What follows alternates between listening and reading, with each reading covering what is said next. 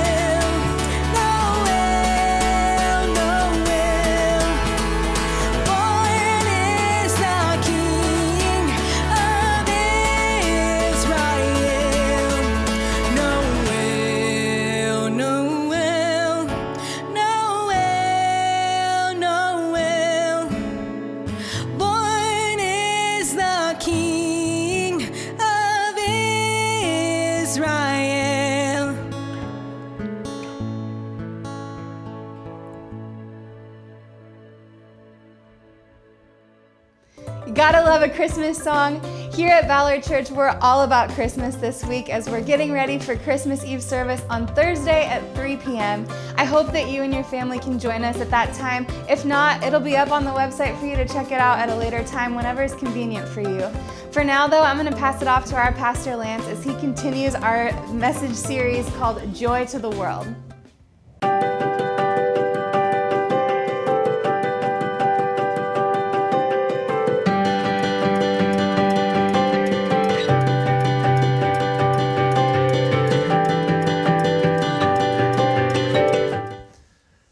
Ballard Church, I'm so glad you're able to join us again this Sunday. Man, what a cool opportunity that we have to gather together in unconventional times just like this. And let me say, if no one said it to you yet because we don't have a chance to go to a store or be around other people, Merry Christmas. Merry Christmas. 'Tis the season. Look at this.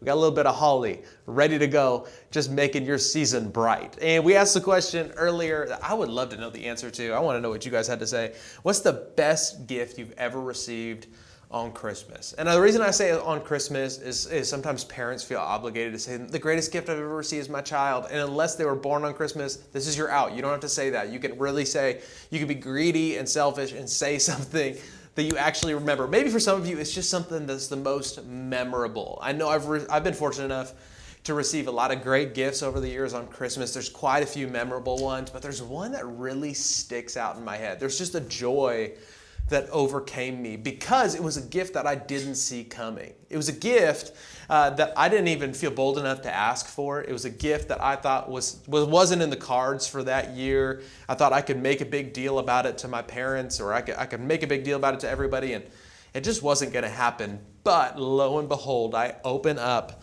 a present, and one of my greatest Christmas gifts I ever remember is a Nintendo 64. My goodness, if you guys were lucky enough to have this be part of your life story, then you know what I'm talking about. Yeah, I put in there GoldenEye 007. Don't sleep on it. It's fantastic. But I remember when I opened up a Nintendo 64 and my world changed. I mean, things were in 3D now. We had entered into the future. I thought there was nowhere else for technology to go. After I turned on the N64, I put in the 3 cables. Remember that? The red, the yellow, the white. Some of you are tracking with what I'm saying. Like, you remember plugging this in and turning it on, and just what a Christmas it was for me. Every once in a while it wouldn't work. You blow it out.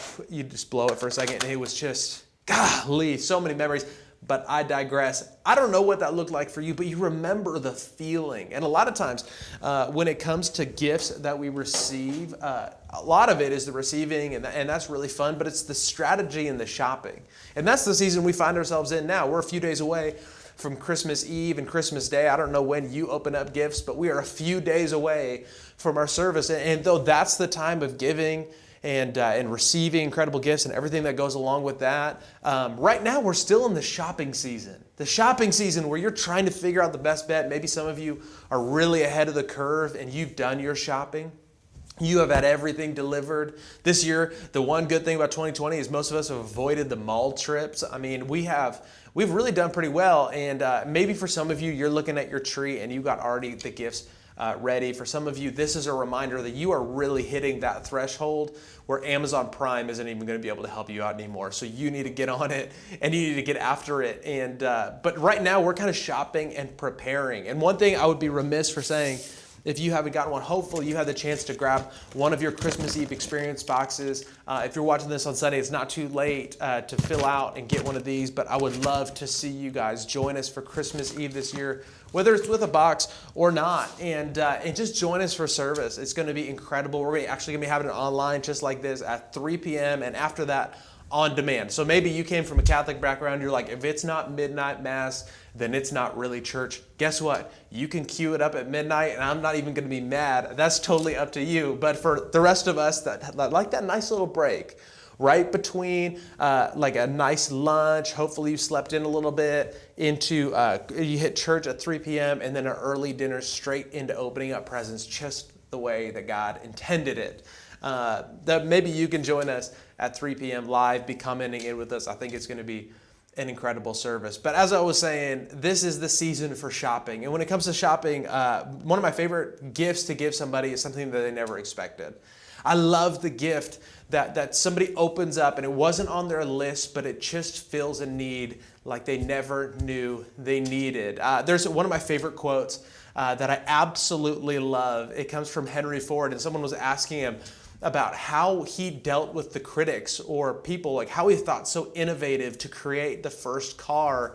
And what he said is that people oftentimes don't know what they really want, that they'll bring opinions and things that they don't really know what they need until they receive it. He actually said, this is one of my favorite quotes. He said, if I would have asked people what they wanted, they would have said a faster horse. And isn't that the truth? We have a certain way of looking at things And until we are shaken out of our own perspective, a lot of times it's harder for us to see something else, which leads me to a troubling question, really a multitude of questions that, if I'm going to be honest, as a pastor, I shouldn't wrestle with anymore. As a pastor, I should be past these things, but I'm not. And sometimes I wonder why God works the way he works, and even why he worked the way he worked. Just a question, maybe you've wondered this too, and let's just keep this between us. Why did Jesus have to come as a baby? Why did Jesus have to come as a child? Wouldn't it have made more sense if he was grown and kind of came in the image of God that people expected? Wouldn't it have made more sense if Jesus came more developed, maybe more of a God-like figure like we would have expected, maybe just emerged from the clouds? Why mess with the Immaculate Conception?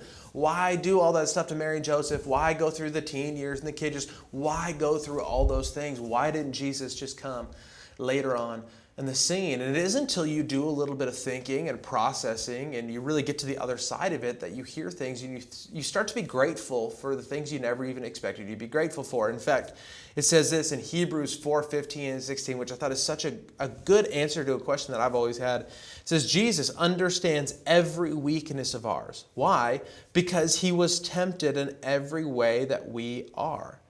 But he did not sin, so whoever we are in need, or rather whenever we are in need, we should come bravely before the throne to our merciful God. There we will be treated with undeserved kindness, and we will find help.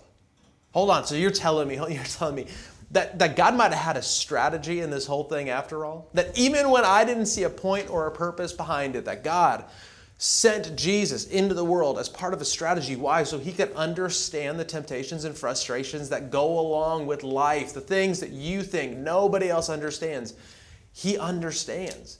That he has this type of empathy that's not just sympathy to say, woe is you, the man that must be so difficult, that says, man, I understand that is so incredibly hard. I faced the same thing, and let me just tell you, you can overcome it. And ultimately, because I experienced the same thing, that this verse is true, that you will be met and treated with undeserved kindness, and you will find help.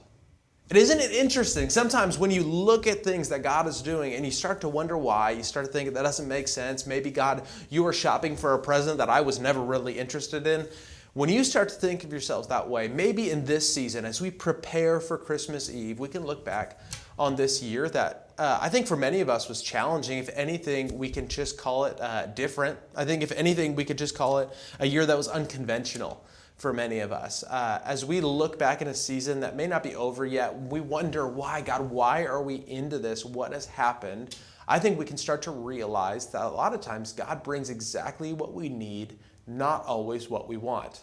I like to think of it like socks and underwear on Christmas. That even though you may not have wanted them, you ultimately realize you need it. And the older you get, isn't this the truth? The more perspective that you have, you start to be grateful for the things that you need, not necessarily things that you want. I hate to say this, I never thought this would be true. Younger Lance would disown me as a future version of himself. But I'm telling you, this Christmas, I hope I unwrap socks and underwear. I hope that happens because I don't want to buy it for myself. But when my wife buys it for me, she knows she's meeting a need because we've all got to the bottom of the sock drawer. You got 6 mismatching socks. It's a tough day. You're running late anyway. You got to move on. You got a Zoom meeting that you got to get to, and you got to keep your feet warm. Come on, you know what I'm saying, that sometimes you need exactly what you need. And God brings about it in curious ways that we may not have expected. And today, I want to go over just 3 unconventional gifts that I believe God brings to us, that he's shopping for us to bring this season. That if we start to understand them, they may not be easy, they may be challenging. Honestly, you may not even like some of them, but if we really get it in perspective, I believe it could be incredible. We never saw it coming, but it could change our lives. Ready? We're going to go through 3 things really quick. The first gift that I think that God brings to us, that he's been shopping for, that we didn't even see coming, was the gift of honesty. Is the gift of honesty. And you're like, wow, what a lackluster gift. I'm going to open up honesty and transparency, but I'm so glad that God encourages us to be honest. That he wants us to come to the table exactly as we are, not some manufactured version of ourselves that's primed and primed and polished, to just walk into one room, or every time we open up our Bible, we feel like we have to have ourselves together. That in any moment, even in the middle of our mess, that God would look at us and simply say, be honest. I'd love to meet you in the middle of your honesty. You're not going to offend me. You're not going to surprise me. And to be honest, I mean, let's face it, every time I'm in a place where I'm like, oh man, I don't know, this is so difficult. I don't really want to pray about it. I don't even want to think about it. I just want to avoid it and stuff it away. God's heard worse. Come on, he's heard your prayer, so I know I'm doing pretty good. I mean, it's not too bad. Like, I'm just kidding. But I truly believe that God wants to meet us in the middle of honesty. It says this in Psalm 32, verses 1 and 2. It says this, oh, what a joy for those in whose disobedience is forgiven, whose sin is put out of sight. Yes, what joy. Come on, the series is called Joy to the World. This is a joy season. What joy for those whose record of the Lord is cleared of guilt and whose lives are lived in complete, there it is, honesty. Now notice at the end of the verse, it doesn't say complete perfection. It doesn't say that they're sinless. In fact, it goes right away to say that these are people who have missed the mark, and maybe sin is a really aggressive word for you, but simply in this context, and in a biblical context, it simply means to miss the mark of perfection, which, let's be honest, I think we've all missed our own mark of perfection, never mind God's mark of perfection. I'm pretty quick to own that. And so if you were to look at a Christian and say, man, they're supposed to have their act together. Nah, we've actually admitted that we don't have our act together. And so God isn't looking for our perfection, but rather our honesty, to meet us in an honest moment. The fact that when we're honest, God does not push us away or shame us or guilt us or say, how dare you, and here's your punishment. Instead, he said, let us be met with grace, and, as this verse would indicate, with great joy. There's a relief. There's a release that comes from honesty, from transparency, from simple conversation. In psychology, this would be referred to as catharsis, this moment of release when you're able to be vulnerable and transparent. And even if you don't feel like you have someone around you who you feel like you can be honest with, I'm telling you, there's a God that stands beside you that you can be straightforward with. And that is great news. And if the first gift wasn't difficult enough, you are not going to like the second one. I warned you that you may not love these. Come on, point number 2, suffering. I mean, that is difficult. That is strenuous. Nobody wants the gift of suffering. If someone presents you with the gift of suffering, you want the gift receipt. You are going to return that. I do not need it, and I do not want it. But again, the goal is to look within greater context. If we're really honest, no one likes suffering. I'm not going to say that I enjoy suffering, that in some twisted way you should enjoy suffering too, that God somehow delights in you suffering. That's not what I'm trying to say. I'm not saying that God, even catch this, I'm not saying that God is bringing suffering into your life. Some of you may have to step back and think, man, not why did God bring this into my life, but really ask the question, God, why would you allow this into my life? That God, I know you could work, I know you could, but are you working something greater right now? There's a verse in Romans that to call it frustrating is an understatement, but if we're really honest, it does make a ton of sense. It says this is Paul writing about Romans. Man, talk about a guy who had seen some sufferings. This is Romans chapter 5, verses 3 through 5. Not only so, but we also glory in our sufferings, because we know that suffering produces perseverance, and that perseverance produces character, and character produces hope, and hope does not put us to shame, because God's love has been poured into our hearts through the Holy Spirit who has been given to us. And really in this whole passage, Paul really points out this equation that I think is so true. And come on, even if you're not a follower of Jesus, I think you can look back on your life and realize that this equation has probably come to pass. That suffering, even though we don't love it in the moment, does produce perseverance. And when we persevere, it produces character. It produces something that is so valuable that you can't buy, that really has to be earned through perseverance. And if we're honest, like more than anything about our own lives, if you heard people talking about you behind your back, like it'd be neat to have them say that you're rich or that you have good style or that they loved your hair this week. But man, if someone behind your back was talking about you and they said you had character, isn't that what we all want? isn't that what you want your kids to have? Or one day, maybe if you are going to have kids, isn't that how you would want them to be described? But at the same time, we have such an aversion, understandably, to suffering. Maybe we need to realize in this season that some of the discomfort that we've been going through, suffering is a really strong word, I get it, but maybe some of the discomfort that we've been going through could be yielding something greater like character, but the linchpin between the two of them is perseverance. So maybe more than anything else this week, you just need to be encouraged for a moment to continue on.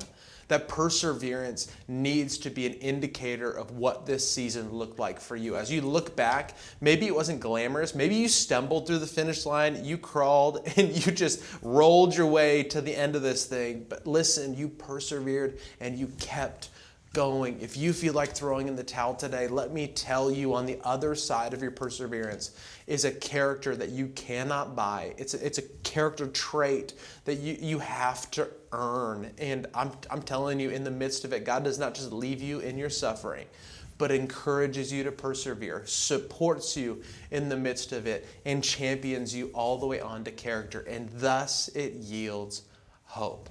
Hope, knowing that what we are going through, we will get through. And it may not be on your schedule. It may not be on your timeline. But let me tell you, you will get through it. Because if I'm going to be honest, my timeline for perseverance is about 5 minutes. I love it. I'm fine with suffering. If my timeline comes to fruition and in about 5 minutes I can see that it's going to end, then that's great. Unfortunately, that's not typically how suffering works, and it doesn't yield the type of character that I think God is talking about in this moment. But when we really do the difficult work of investing in our character, trusting in what God, hoping and believing for what's next, and persevering through it all, I think God can show us something absolutely incredible in the midst of it. The final thing is this. It's short and sweet today. The final thing is this. I believe that God can give us the gift of people and purpose. Really, that God can give us the gift of the two coming together. That people and purpose tend to create something incredible. This year has been weird when it comes to personal interactions. I mean, for some, you have your close-knit group of people that have kind of become your quarantine cluster, or whatever you want to call it. The people that are in your cadre that you can be close with, that you've agreed, hey, we will de-mask in front of each other. What a phrase that I never thought I would use. But man, this is something that we've decided we can connect on that level. There's other people that are maybe outside of that sphere that personal interaction has become more difficult, and really outside of that, nearly impossible. And so for many of us, I realize that personal interaction has been challenging. That usually it's through the filter of a social media feed or a quick phone call, maybe a collection of text messages. I don't know what it's looked like for you, but I know most likely it's been hard, and it's come with its own group of challenges. Now, at the same time, there are people that we miss, but there are people that we're kind of glad not to be around anymore. These are the people that you're happy are quarantined somewhere else, that you don't have to see in the office anymore, the people that you're like, man, you exhaust me and tire me out, and I kind of forgot you even existed. Man, I was really happy. You were a relief that I don't want to be. Now, you would never say it to their face, or at least I hope you wouldn't, especially tell them that you go to a different church if you do. But like that's not how God invites us to treat people, because what we realize is the people that we have interaction with, we all carry a purpose with as well. That somehow God has tethered our relationships to our purpose in His kingdom. That if we really want to understand what we're created to do, it has to involve other people. And though it may not look like it has conventionally looked, we're still able to do it. Here's what Paul says is at stake in Romans, again, chapter 5. It says this: therefore, since we have been made right in God's sight by faith, we have peace. Man, aren't we all looking for that? It's Christmas. The Prince of Peace, Jesus is referred to a lot of times in this season. Peace is attainable, even amidst a global pandemic. I promise it's coming. We have peace with God because of what Christ our Lord has done for us. Not something you earned on your own, not because you worked for it, but instead what God has done for us, we have peace. And this is interesting. Because of our faith, Christ has brought us into a place of undeserved privilege where we now stand. And we confidently, and catch this next part, joyfully, oh man, sign me up for confidence and joy. I'll take it. We look forward to sharing God's glory. That somehow there's this confidence and this joy that comes about when we fully understand and comprehend that God is working even amidst our frustrations. Some would call it suffering, some would call it difficulties, whatever descriptor you want to use. Even though God's working in the middle of our mess, especially when we choose to be honest about where we're at, we can find this renewed sense of confidence and joy. But as this verse talks about, we can look forward to sharing that for God's glory, that somehow it's not designed to simply be an ends in itself in us, that it's not just supposed to be about a personal gratification, but instead that personal gratification yields something external, that with that joy it should represent or manifest itself in our relationships, that the people that we talk with, we have the opportunity to change their lives, to bring hope where people are hopeless. You think you've needed God's grace in this season? Let me give you a hint. Everyone around you has needed it too. Everyone around you has read that comment or seen that thing or been disheartened by that news article or felt like there's never going to be an end to it. Just felt the roller coaster. Kids going back to school, maybe they're not. I don't know. Everyone has felt the difficulties of what go along with this season. And I'm telling you, as a Christ follower, listen to me, if you're a follower of Jesus watching this message, we hold the keys to the kingdom. We have the opportunity to bring joy and hope and confidence into people's lives that so desperately need it.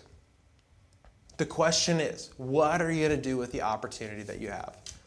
And one thing that I can think of is simply be hope this Christmas season. So many studies show that people are more receptive to a faith conversation. I'm not talking like a heavy-handed, shame on you, do you realize you're a sinner, do you know where you're going? Like I'm not talking about that heavy-handed conversation. Instead, I'm just talking about bringing joy and hope to the table. That may be simply an encouraging text to let people know that perseverance is an option, or to encourage them that you realize how difficult it is in a way that almost Jesus would. Not a sympathetic, woe is you, but an empathetic, I understand because I've been there as well. There's honesty. When we start to learn these things that God is doing and we step back and we see Him at a greater scale, we can start to realize that maybe God didn't bring us everything we wanted this year, but maybe He brought us exactly what we needed. Maybe the vulnerability to be honest with the people around us. Even though things are quick and move fast and we all want to present ourselves in a certain way, that maybe sometimes we can be honest and just come to terms with the fact that I'm human too. And I say things that I regret and I do things that I'm not proud of. But God meets me with grace undeserved. And when we realize that, when we start to realize the gift that God has given us, we can have the perseverance to get through it and the character to get to the other side of it. And ultimately, we can bring that hope to the people around us. So this year, I'm not sure what it's looked like for you, but I do believe this, that God is ready to meet you exactly where you're at, to bring hope to your situation. Even when it may not look like the shopping list you were hoping for, God is showing up with exactly what you need. Would you take a moment and pray with me? Jesus, thank you so much for the opportunity to simply learn a little bit more about what you're doing. That God, even though we don't always see it clearly, and sometimes it takes a little bit of time to see it in perspective in the rearview mirror, that God, we realize that you've been at work all along. So instead of the usual lag time that it takes for us to understand, God, would you show us clearly immediately, even in the context that we're in, that amidst our difficulties, you're still there. That when we're honest, that you don't shame us or guilt us, but instead you meet us with a grace that is so undeserved. Why? Because you came in the form of a man. That you understand what it's like to be human, to struggle, to wrestle, to doubt, to be frustrated and upset, and to have things not go your way. But regardless, Jesus, you give us a path to hope. Help us realize this season the people around us who need a little dose of hope, that need an opportunity to be encouraged, and to hear the things that we've heard about you, Jesus. Maybe we can be the mouthpiece into the world to bring your hope, to bring your peace and joy this Christmas season to the world. In your name, amen.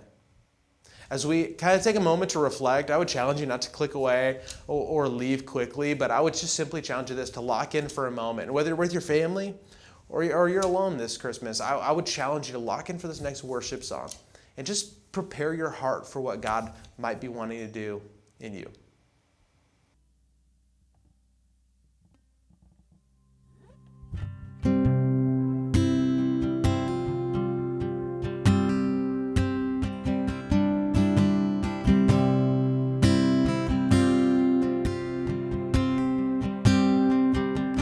I've been strong and I've been broken within a moment. I've been faithful and I've been reckless at every bend. I've held everything together and watched it shatter. And I've stood tall and I have crumbled in the same breath. I have wrestled and I have trembled towards surrender. Chased my heart adrift and drifted home again. Plundered blessing till I've been desperate to find redemption. And every time I turn around, Lord, you're still there. I was found before I was lost. I was yours before I was not. Grace to spare for all my mistakes, and that part just wrecks me. No, I don't deserve this kind of love. But somehow, this kind of love is who you are. It's a grace I can never add up to be somebody you still want. But somehow, you love me as you find.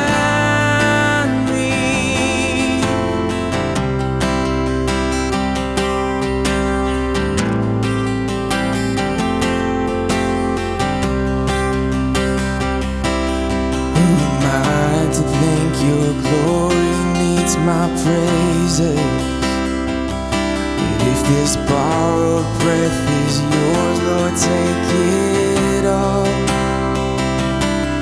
You are faithful and you are gracious, and I'm just grateful to think you don't need a single thing, still you want my heart. I was found before I was lost. I was yours before I was not. You wear the scars for all my mistakes, and that part just wrecks me.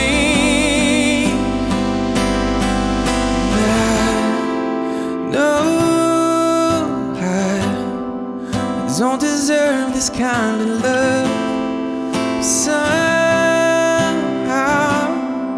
this kind of love is who you are. It's a grace I can never add up to be somebody you still want. But somehow, you love me as you find me.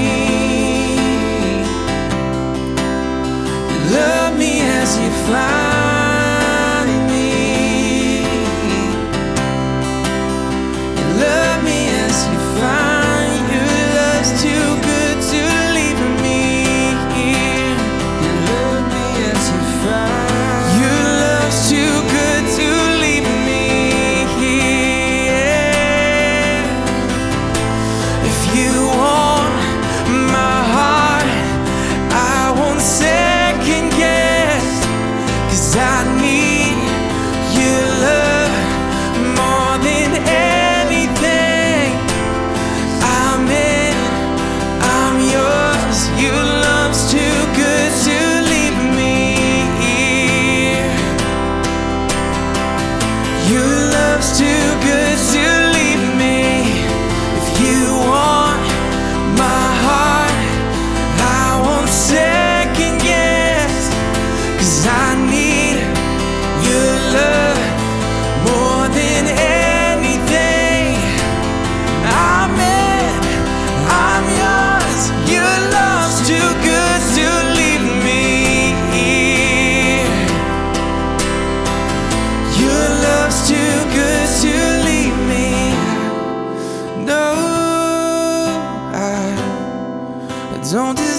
this kind of love. But somehow this kind of love is who you are. It's a grace I can never add up to be somebody you still want. But somehow you love me as you find me. You love me as you find me.